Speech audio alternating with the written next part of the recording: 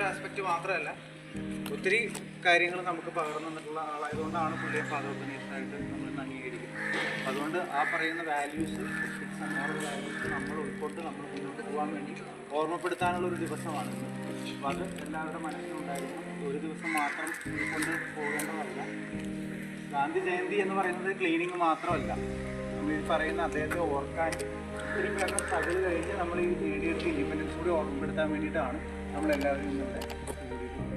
അപ്പോൾ അതിന് കൊണ്ടുകൊണ്ട് നിങ്ങളെല്ലാവരും സ്വയം അർപ്പിച്ചുകൊണ്ട് ഇൻഡിപെൻഡൻസ് ആയതുകൊണ്ട് തന്നെ ഒരുപടി മുന്നിലായിരിക്കണം നിങ്ങളെല്ലാവരുടെയും. ഓക്കെ, ഇന്നത്തെ പ്രോഗ്രാം നമ്മളിപ്പോൾ ഉദ്ദേശിക്കുന്നത് കോളേജ് ക്യാമ്പസ് ക്ലീൻ ചെയ്യുക.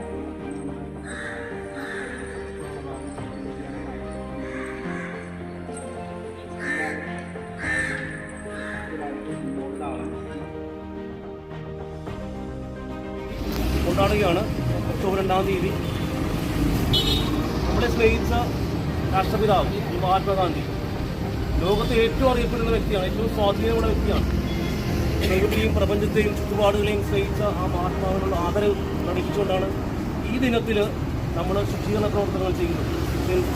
കുട്ടികൾ രാവിലെ വരികയും പ്ലാസ്റ്റിക് കുപ്പികളൊക്കെ കളക്ട് ചെയ്ത് കോർപ്പറേഷനെ ഏൽപ്പിക്കാനും പോവുകയാണ്.